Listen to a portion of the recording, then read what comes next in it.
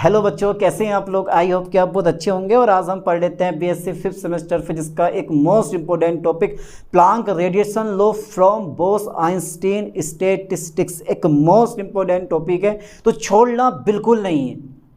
Unit 8 का नाम याद कर लो, application of statistical distribution law. Paper first का नाम है क्लासिकल एंड स्टैटिस्टिकल मैकेनिक्स।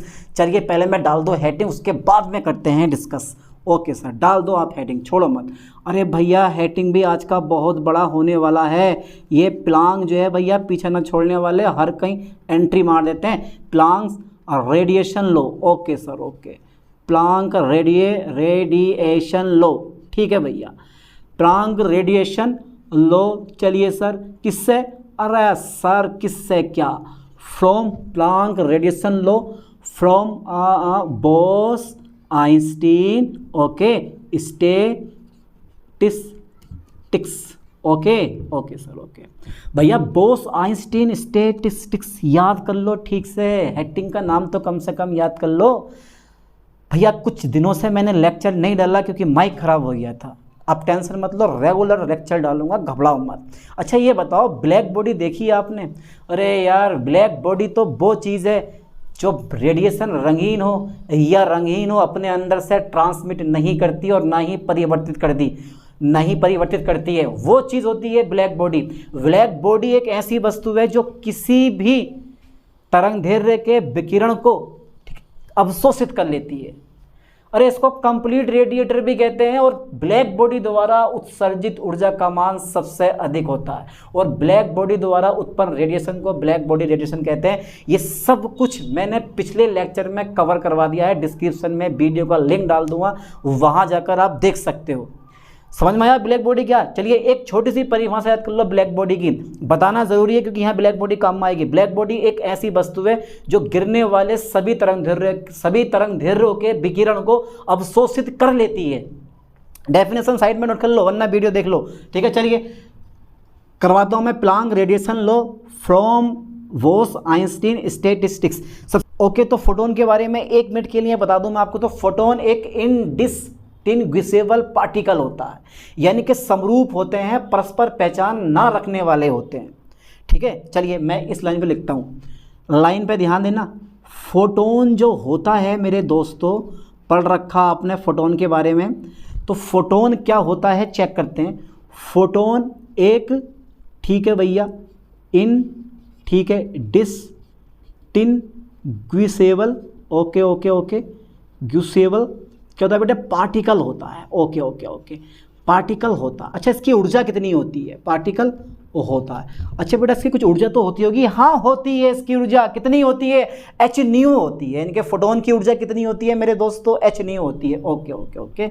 इसकी ऊर्जा कितनी होती है? अरे सर हमें ना पता। इसकी ऊर्जा होती है h न्यू होती है। अच्छा ठीक है भैया, इसकी ऊर्जा h न्यू होती है। h क्या है? प्लांक कांस्टेंट है। न्यू क्या है? फ्रीक्वेंसी ऑफ लाइट है। ये सबको पता होना चाहिए, ठीक है।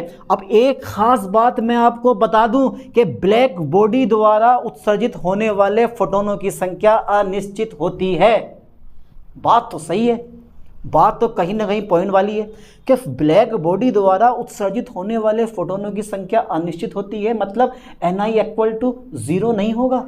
और भैया यहाँ फोटोनों की संख्या चेंज होगी, ध्यान देना मेरे दोस्तों।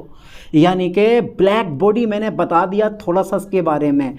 अरे ब्लैक बॉडी एक वस्तु है भैया जो हर तरह के रेडिएशन को अवशोषित कर लेती है। तो ब्लैक बॉडी पार्टिकल होता है, इसकी ऊर्जा इतनी होती है। ब्लैक बॉडी द्वारा उत्सर्जित होने वाले, ब्लैक बॉडी द्वारा उत्सर्जित होने वाले, ठीक है भैया, होने वाले फोटोनों की संख्या कितनी होती है? फोटोनों की संख्या सर हमा का पता, हम तो पहली बार पढ़ रहे हैं भैया।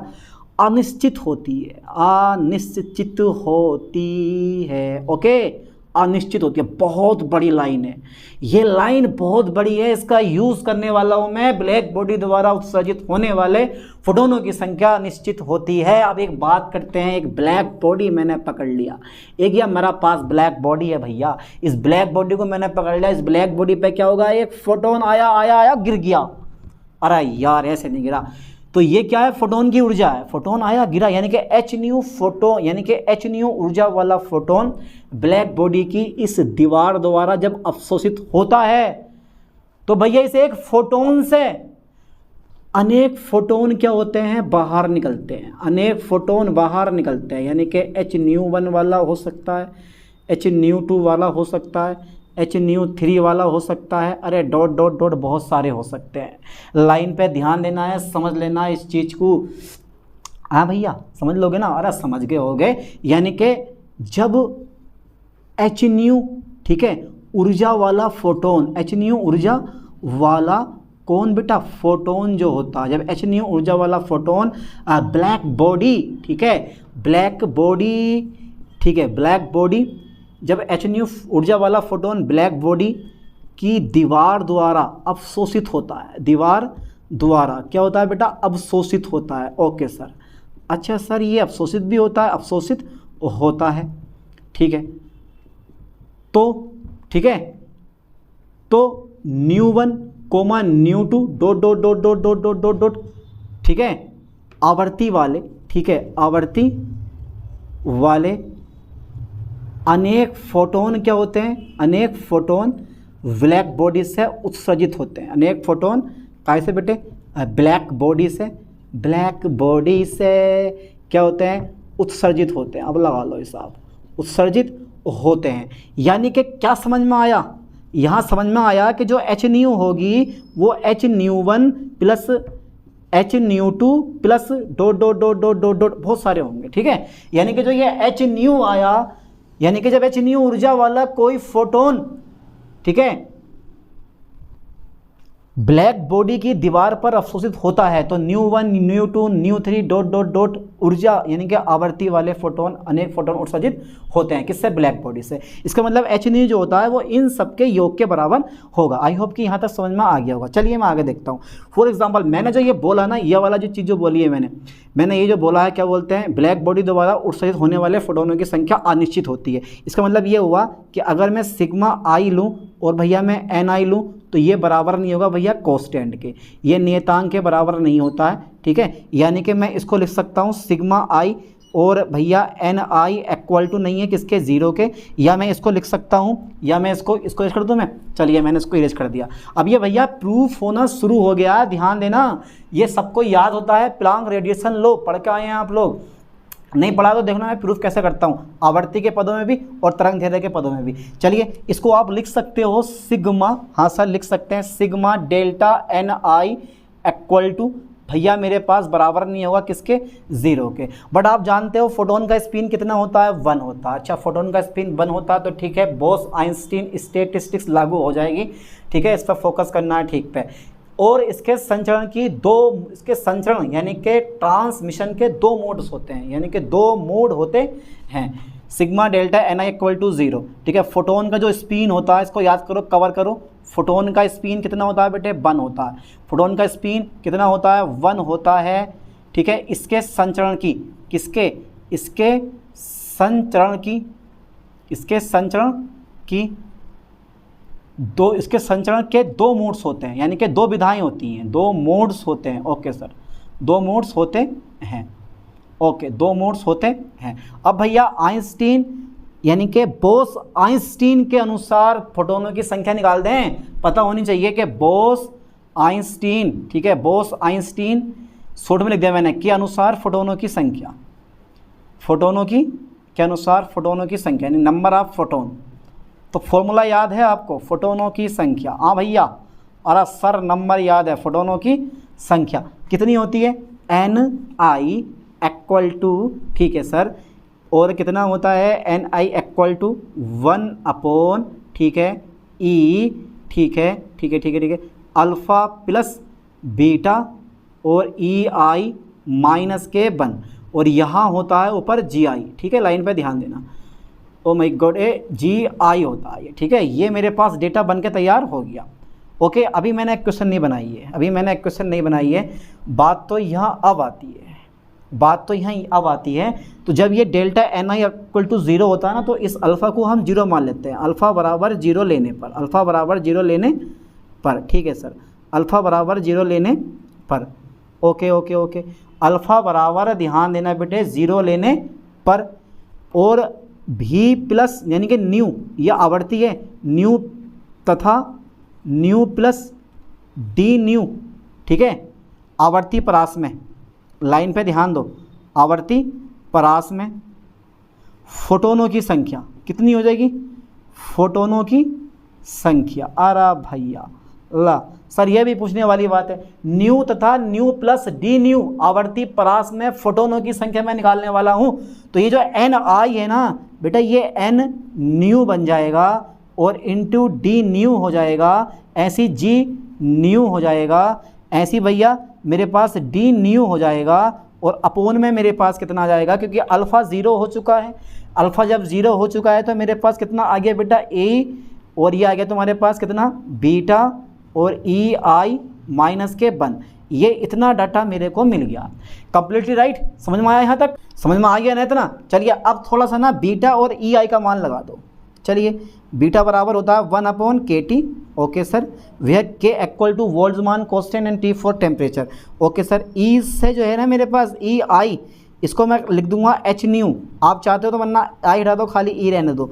ई इक्वल टू मेरे पास कितना हो जाएगा बेटा, एच न्यू हो जाएगा ये, ठीक है, ध्यान देना कितना हो जाएगा ये, एच न्यू फोटोन की ऊर्जा। जहाँ पे ई आई है यार ये ऐसा कर दो, ई आई इक्वल टू एच न्यू, जहाँ ई आई है वहाँ मैं क्या लगा दूंगा एच न्यू, जहाँ बीटा है वहाँ मैं क्या लगा दूंगा 1/kT। तो जरा यहाँ तक का स्क्रीनशॉट ले लिया होगा आप लोगों ने, कर दें इसको इरेज, ठीक है सर, देख लेना भाई मिस्टेक ना हुई हो भैया, अगर थोड़ी बहुत भी मिस्टेक, यानी कि बात ये है कि बस यही है। चलिए अब क्या करने वाला हूँ, मैं मान लगाता हूँ, एन मेरे पास ऐसे रह जाएगा, न्यू मेरे पास ऐसे रह जाएगा, डी न्यू मेरे पास ऐसे रह जाएगा मेरे दोस्तों, और जी न्यू मेरे पास ऐसे रह जाएगा, इंटू डी न्यू मेरे पास ऐसे रह जाएगा, अपोन में मेरे पास आ जाएगा ये। अरे भैया जब मैंने बीटा का मान लगाया 1/kT तो मुझे कुछ इस तरह से देखने मिला, अरे सर मिला, तो ये एच न्यू ऊपर आ जाएगा, नीचे कितना आ जाएगा मेरे पास KT आ जाएगा, माइनस के 1 आ जाएगा और छा जाएगा। अब ये क्वेश्चन नंबर 1 में बना सकता हूँ। अब बस क्या करना है हमें, यानी कि H nu upon KT minus K 1, अब क्या करना है, जी न्यू इंटू डी न्यू की वैल्यू फाइंड करनी है और ला के रख देनी है, और फिर प्रूफ हमारा हो जाता है। बट आप जानते हैं ये मेरे पास एन है बेटा, यहाँ पे एन बनाना एन न्यू, ठीक है, एन न्यू, चलिए बन गया हमारा, ओके। एच क्या है यहाँ, प्लांक कांस्टेंट है बेटा, एच क्या चीज़ है यहाँ पे, प्लांक कांस्टेंट है, ध्यान रहा। ओके सर, यार अब क्या करें, अब क्या करें भैया, अब देखते हैं संवेग परास में, ठीक है, संवेग परास भी तो होता है कोई, हाँ, P तथा P प्लस DP में, ठीक है, फेस सेल की संख्या, ध्यान देना बेटा, फेस सेल की संख्या है ये, फेस सेल की संख्या। अच्छा कैसा निकालोगे सर फेस सेल की संख्या, निकालने का एक फॉर्मूला है, volume of phase space, volume of phase space. डरो मत, घबराओ मत, क्योंकि मैं आपके साथ हूँ, ओके ओके। और भैया volume of phase cell, volume अब पीछे यूज़ करा है, volume of phase cell, volume of phase cell, okay, ये हमने पीछे यूज़ किया है, यानी कि volume of phase space upon volume of phase cell, ये हमने पीछे यूज़ कर रखा। अच्छा करा नहीं करा, अरे ना करा तो ज़बरदस्ती देख लो, वॉल्यूम ऑफ फेस स्पेस कितना हो जाएगा, वॉल्यूम ऑफ फेस स्पेस, पता आपको फेस स्पेस क्या होता है, फेस स्पेस जो होता है वो position coordinate and momentum coordinate, ठीक है, होता है, यानी कि फेस स्पेस में position coordinate and momentum coordinate दोनों के दोनों होते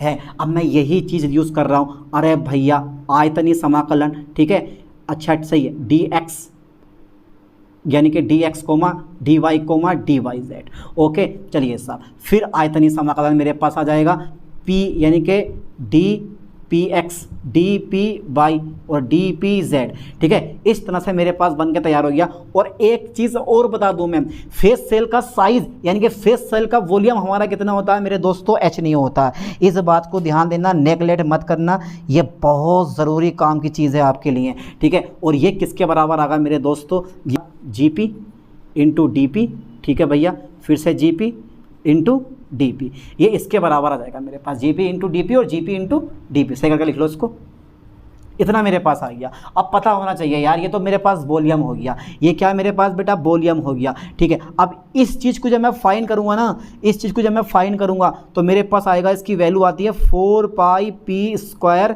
ठीक है, 4πp² इंटू DP, और भैया अपोन में मेरे पास कितना आ जाएगा, HQ आ जाएगा। कितना आ जाएगा बेटे? HQ आ जाएगा। HQ क्या? Volume of phase cell. एक फेस सेल का वॉल्यूम होता है HQ। आ गया था ना? इसको मैं कुछ इस तरह से लिख सकता हूँ, 4πVp² dp अपॉन काय में आ जाएगा, ये मेरे पास HQ में आ जाएगा। ठीक है, HQ में आ जाएगा। ये किसके बराबर आया? ये क्या चीज़ है? GP into DP। ओके, अच्छा इक्वेशन नंबर मैं इसको सेकंड बना लूँगा। सर बात तो सही है आपकी बिल्कुल, 4πVp² इंटू DP। अब क्या करना है सर? सर मुझे ये पता नहीं चल रहा ये कहाँ से आया, ये कहाँ से आया? अरे ऐसे आ जा बेटा, ऐसे आ जा। ये देखो ज़रा इसका स्क्रीन शॉट लो जल्दी, फास्टली, जल्दी फास्ट इसका स्क्रीन शॉट लो जल्दी, तेज़ी से ले लिया। चलिए आगे देखते हैं। ठीक है भैया, इतना डेटा हमारे पास मिल गया। अब एक बात तुम्हें बता दूं मैं, तुम जो कह रहे हो ना कि सर ये 4πP² इंटू DP ये कहाँ से आया, कुछ नहीं है। देखो यहाँ से आता है ये ऐसा होता है कि ये जो मेरे पास वो होता है ना, होता है और होना काफ़ी नहीं होता। देखो ये मैंने पीछे चित्र बनवाया तो मैं ऐसा करके, ठीक है, यहाँ से यहाँ तक मैं P ले लूँगा और फिर मैं यहाँ से यहाँ तक, भैया यहाँ से यहाँ तक मैं ले लूँगा P + DP ले लूँगा। ठीक है, इस टाइप का मैंने ले रखा है ना। चलिए, तो ज़्यादा बताने की जरूरत नहीं है, याद ही कर लेना यार, 4πP² इंटू DP आएगा तो आएगा, बात ख़त्म। चलिए लगा देते हैं फॉर्मूला, 4/3 पाई, ठीक है, इसमें लगाओ पहले P + DP का होल क्यूब, ठीक है, माइनस के घटा दो क्योंकि ये वाला वॉल्यूम निकाल लो, 4/3, अरे ये निकाल लो ना, तो बड़े वाले में से छोटा वाला घटा दो, 4/3, 4π वो 4/3 पाई R², R कितना मेरे पास? P का क्यू हो जाएगा तुम्हारे पास। ठीक है, ये ऐसा करके, अच्छा फॉर्मूला खोल दो, 4/3 पाई, ओके सर खोल दे रहा हूँ मैं, P की क्यू प्लस DP की क्यू प्लस फिर मेरे पास 3PDP और फिर P + DP। ठीक है बेटे, इधर रह गया मेरे पास 4/3 पाई PQ। ओके सर इतना। चलिए इन दोनों में मैंने ये इतना ले लिया है ना। अब एक काम करता हूँ, 4/3 पाई कॉमन मिल गया मुझे। ठीक है सर, 4/3 पाई मैं सब में से कॉमन ले रहा हूँ, इधर आ जाएगा PQ + DPQ का होल क्यू, ऐसे रहने दूंगा मैं।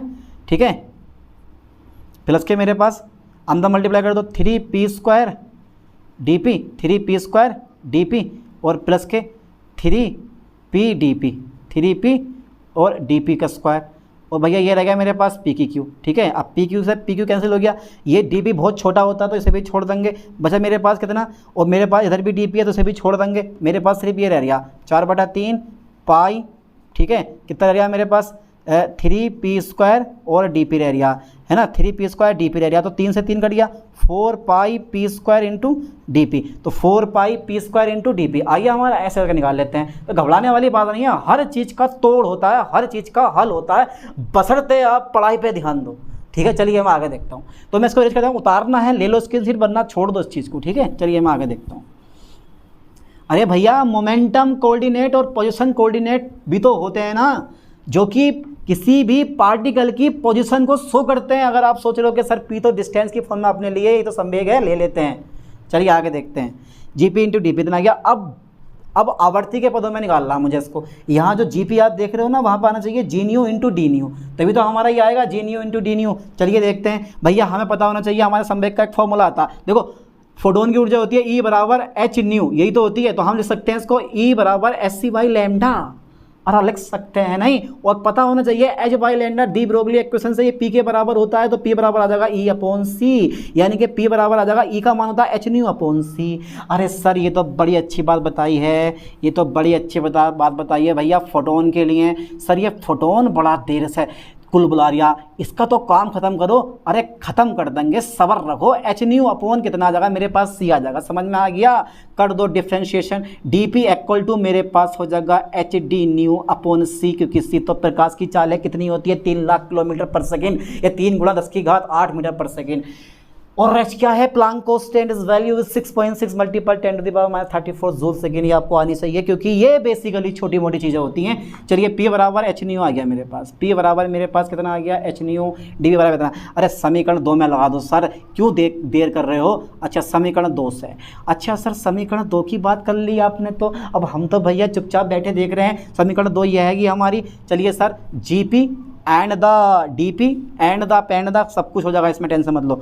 यह आ गया GP इंटू DP 4π, हाँ माय गॉड, क्योंकि मुझे hν में लाना तो यहाँ न्यू आएगा, और यहाँ भी मेरे पास क्या आएगा? न्यू आ जाएगा। और अब भैया क्या कर रहे हो सर? ये 4π भी वॉल्यूम आ गया, ये वॉल्यूम है, वॉल्यूम ध्यान देना, P की जगह लगा दो, P की जगह लगा दिया मैंने कितना? एच न्यू अपॉन सी का होल स्क्वायर अपोन में का कह रहे हो भैया एच क्यू भी हैगा, और डी पी का मान कितना है एच डी न्यू अपोन में कितना होगा भैया सी होगा हमारा, ठीक है। और सर ये तो हमारा हल होगा।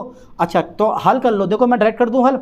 अरे 5th सेमेस्टर में हो, बेसिक 3rd ईयर में हो, क्लास 1 में नहीं हो, तो लाइन पे ध्यान देना, एच का क्यू न्यू का क्यू अपॉन सी का हाई स्क्वायर है, H square nu square upon C square, तो एच स्क्वायर से एच स्क्वायर कट गया, एक एच से एक एच कट गया, एच का काम तमाम हो गया, एच तो निकल लिया, तो एच को छोड़ो भैया, 4 पाई वॉल्यूम मेरे पास रह गया। अच्छा सर यहाँ पर जो मेरे पास बचा वो कितना बचा, अरे सर यहाँ तो मेरे पास न्यू क्यू बच रहा है, न्यू स्क्वायर बच रहा है, 4 पाई भी न्यू स्क्वायर, और तो नहीं है न्यू, कहीं नहीं है, न्यू स्क्वायर बचा मेरे पास, ठीक है। एस एच कट गया, 2 सी का स्क्वायर, तो सी ये आ जाएगा मेरे पास कितना बेटे सी क्यू इंटू मेरे पास आ जाएगा डी न्यू, ओके, ये आ गया मेरे पास डी न्यू का। यहाँ तक समझ में ना आगो भैया, अरे आगो होगा तो 4 पाई भी एच स्क्वायर करके क्यू कर दियो, एच क्यू से एच क्यू हमारा काम तमाम, सी स्क्वायर होगा तो सी की घात 3 आ जाएगा मेरे पास, इन तो मेरे पास डी न्यू आ जाएगा। मेरे दोस्तों इससे ज़रा बच के रहना,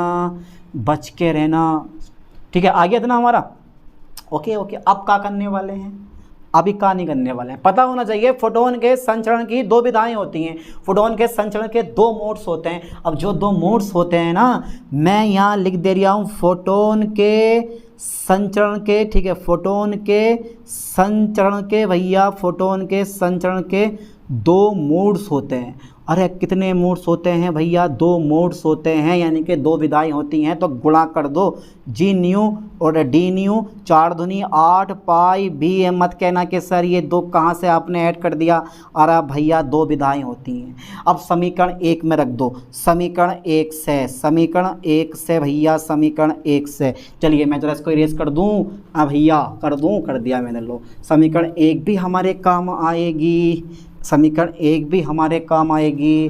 थोड़ी सी भी नज़र हटी तो समझो दुर्घटना घटी, क्योंकि पूरे का पूरा मैंने इरेज कर दिया।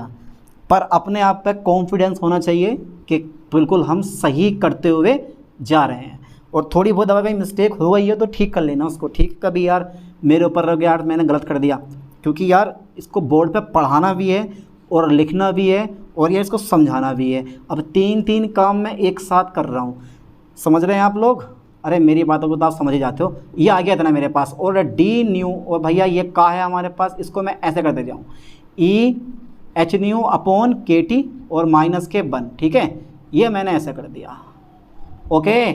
समीकरण नंबर मेरे पास कुछ नहीं हुई है अभी, इसको मैं इरेज कर दूँ, अब इसको मैं अभी इरेज कर दे रहा हूँ। चलिए मैंने इसको इरेज कर दिया, मेरे पास कोई काम नहीं था इसलिए मैंने इसको इरेज कर दिया, ठीक है, रख दिया मैंने क्वेश्चन 1 में। चलिए अब क्या करने वाले हैं, अब कुछ नहीं है, न्यू तथा न्यू प्लस डी न्यू आवर्ती परास में प्रति एकांक आयतन में फोटोनों की संख्या निकालता हूँ मैं।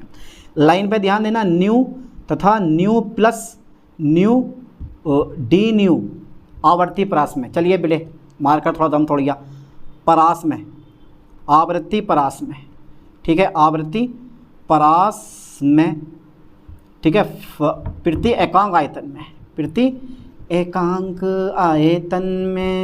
प्रति एकांक आयतन में फोटोनों की संख्या, ओके सर, फोटोनों की संख्या ले लो सर, ले लो फोटोनों की संख्या, तो मेरे एन न्यू, ठीक है, इंटू डी न्यू। अब बेटा प्रति एकांक आयतन की बात तो उठा के मैं दूसरे को यहाँ ले आया से, तो मेरे पास रह गया 8 pi nu square D new, sir ये भी बात सही है आपकी, सी क्यू और 1 अपॉन ई, कितना रह गया मेरे पास H nu upon K T और माइनस के 1, ठीक है, ये आ गया।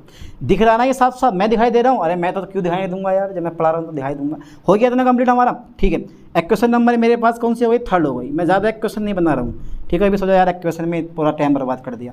अब क्या करने वाले हैं, सेम कहानी है, मैं निकाल लूँगा अब ऊर्जा घनत्व, यानी कि फोटोनों की ऊर्जा या ऊर्जा घनत्व बोलते हैं, यानी कौन सी रेंज में, न्यू तथा न्यू प्लस डी न्यू आवर्ती परास में प्रति एकांक आयतन में फोटोनों का ऊर्जा घनत्व, ठीक है। चलिए मैं इस लाइन को लिख दे रहा हूँ मैं, न्यू तथा न्यू प्लस डी न्यू आवर्ती परास में, डी न्यू आवर्ती परास में, ठीक है सर, आवर्ती परास में, ठीक है, आवर्ती परास में प्रति एकांक आयतन में, ओके, प्रति एकांक आयतन में, ठीक है सर, प्रति एकांक आयतन में, ठीक है, फोटोनों की ऊर्जा, ओके सर, या बोलता हूँ इसको मैं ऊर्जा घनत्व यानी कि एनर्जी डेंसिटी। अच्छा आ जाएगा, हाँ आ जाएगा बेटा, यहाँ पर आ जाएगा ये, तो ज़रा ध्यान देना, ये एन चल रहा है कभी ऐसे समझो इसको, तो ये यूई यानी कि यू न्यू और इंटू डी न्यू, ठीक है, इक्वल टू, इसे ऐसे लिख लो, N nu into D nu upon में मेरे पास वॉल्यूम इंटू जगह मेरे पास फोटोन की ऊर्जा एच न्यू, ठीक है। अब समीकरण 3 से मान लगा दो, ठीक है, समीकरण 3 से ये वाला उठा कर यहाँ रख दो। अब सोच लोगे सर करना क्या चाहते हो, यहाँ पे ये तो सोच रहे हो ना करना क्या चाहते हो, इसका स्क्रीनशॉट ले लेना बेटा, सही जल्दी फास्ट एकदम। करना कुछ नहीं चाहते हैं, बस आपको समझाना चाहते हैं।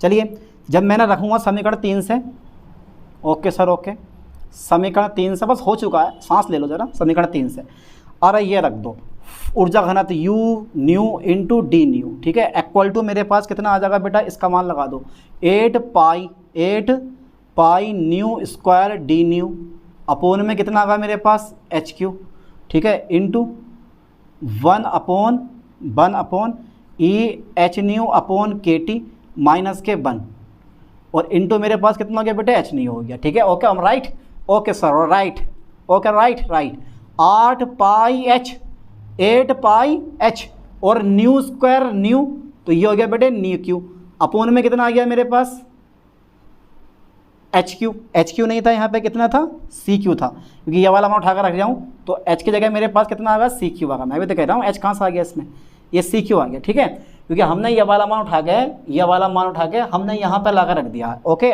डन।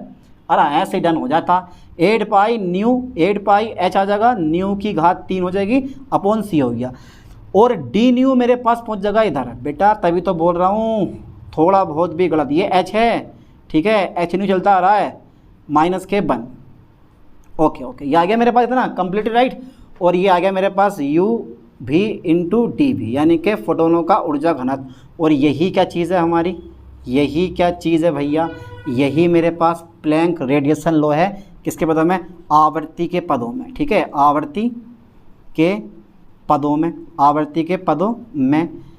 प्लैंक रेडिएशन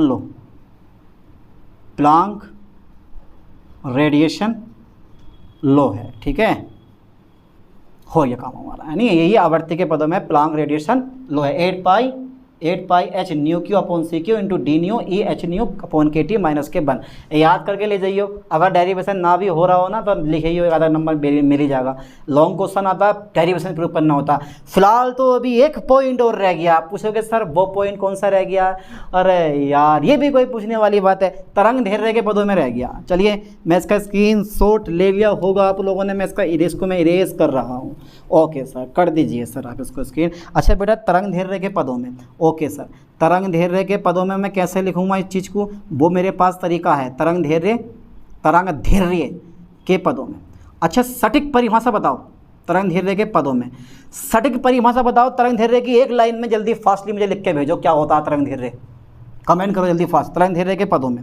ओके तो भैया तरंग धैर्य जो होता है ना वो आवर्ती का क्या होता है, आवर्ती न्यू बराबर सी बाई लैम्डा होता है, ठीक है, आवर्ती। अब इसका जो है डिफ्रेंशिएशन कर दो भैया लैम्डा के सापेक्ष में, तो जब डिफ्रेंशिएशन करोगे लैम्डा के सापेक्ष में तो ये आ जाएगा D new upon D lambda, ठीक है, D new upon D lambda, okay, तो ये आ जाएगा मेरे पास minus K C upon lambda square. ना समझ में आया होगा, अरे भैया सी कोस्टेंट है बाहर ले लो, लैम्डा को ले जाओ -1 लगा दो, D Y D X X N equal to N X N -1, ठीक है, तो ये बन गया हमारा। चलिए भाग वाला गुणा में पहुंच जाएगा तो मेरे पास कुछ इस तरह से आ जाएगा, ये D new equal to minus K C upon lambda square, और यहाँ आ गया मेरे पास डी लैम्डा, ठीक है बेटे।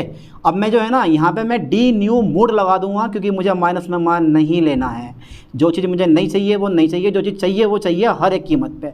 आ गया था ना। चलिए अब जो है समीकरण इसको बना सकते हो आप, समीकरण नंबर 3 थी 4 बन जाएगी, समीकरण 4 से from equation, okay sir okay, from equation किससे बेटे, फ्रॉम एक्वेशन 4 से, ओके ठीक है, फ्रॉम एक्वेशन 4। अब क्या करना है मुझे, जहाँ यू न्यू है वहाँ पर मैं रख दूंगा ई लैम्डा, अब बेटे प्यार से डी लैम्डा इक्वल टू 8 पाई, ठीक है, एच न्यू, वो एच न्यू की जगह मेरे पास आ जाएगा क्योंकि मैंने माना सी वाई लैम्डा का होल क्यू, और अपोन में कितना बेटे सी क्यू, ठीक है। बन की जगह ये बन लगा दो डी न्यू की जगह, और बाकी ई की पावर एच न्यू और अपोन के टी माइनस के बन, ठीक है, मेरे बच्चा पार्टी माइनस के बन, और डी न्यू का मान है मेरे पास C upon lambda square into D lambda, ठीक है। अब क्या करना है, अब क्या करना है, अब कुछ नहीं करना है, सी क्यू से सी क्यू हमारा कट गया, 8 पाई एच, ये सी मैंने पहले लिख लिया, ठीक है, अपोन में लैम्डा के क्यू लैम्डा स्क्वायर कितना हो गया मेरे पास। हाँ एक चीज़ और है, एक चीज़ और है मेरे दोस्तों, यहाँ जो मेरे पास एच है ना, और जो मेरे पास यहाँ पर न्यू है, इस न्यू की जगह मैं सी वाई लैम्डा के टी लगा दूंगा यहाँ में, ठीक है। ये मेरे पास आ जाएगा माइनस के बन, ना समझ में आया। अरे ये न्यू जो देख रहे हो ना, न्यू बराबर कितना है हमारे पास, न्यू बराबर है सी वाई लैम्डा, तो मैंने एस सी वाई लैम्डा लगा दिया न्यू की जगह, तो एस सी अपॉन लैम्डा के टी हो गया। अब ऐसा न्यू को थोड़ी ना छोड़ोगे, अरे वो अंदर है तो न्यू थोड़ी ना हटेगा भैया, लगाना पड़ेगा, ये लगाना पड़ता है न्यू। चलिए आगे देखते हैं, तो एस सी अपॉन लैम्डा के टी हो गया भैया माइनस के सी अपॉन, अब 3, अब भैया सी क्यू से सी क्यू कट गया, लैम्डा क्यू, तो ये हो गया तुम्हारे पास लैम्डा की पावर 5 हो जाएगा हमारा, ठीक है। अब रह गया हमारा कितना ई, और ये रह जाएगा एस सी अपॉन लैम्डा के टी माइनस के 1, ठीक है। ओके ओके ओके ओके, सी आ गया मेरे पास, और ये रह गया मेरे पास डी लैम्डा, क्या रह गया मेरे पास डी लैम्डा। अब देखो जरा कहीं कोई गलती तो नहीं हो रही है बेटा इसमें, और अगर हो भी गई हो तो सही कर लेना, ठीक है। इसको में से तो गलती हुई नहीं होगी। 8 पाई एच सी हमारा आ गया, सी क्यू से सी क्यू कट गया, लैम्डा की घात 3 है, लैम्डा की घात 2 है, लैम्डा की घात 5 आ गए, वो हमारा नियम कंप्लीट हो गया। और ये क्या, यह है तरंग धैर्य के पदों में, तरंग धैर्य के पदों में, ठीक है, तरंग धैर्य के पदों में क्या है, ये तरंग धैर्य के पदों में, ठीक है, प्लांक, ठीक है, प्लांक रेडिएशन लॉ है। ओके ओके ओके, चलिए ऐसे लिख दे रहा हूँ मैं, प्लांक रेडिएशन लॉ है। ओके, क्या ये टॉपिक आपको समझ में नहीं आया? एक सिंपल सा टॉपिक से आराम से कवर कर लोगे इस चीज़ को, तो भैया मेहनत करो, मेहनत करनी बहुत ज़रूरी है। ओके, चलिए मिलते हैं नेक्स्ट वीडियो में नेक्स्ट लेक्चर के साथ। थैंक्स।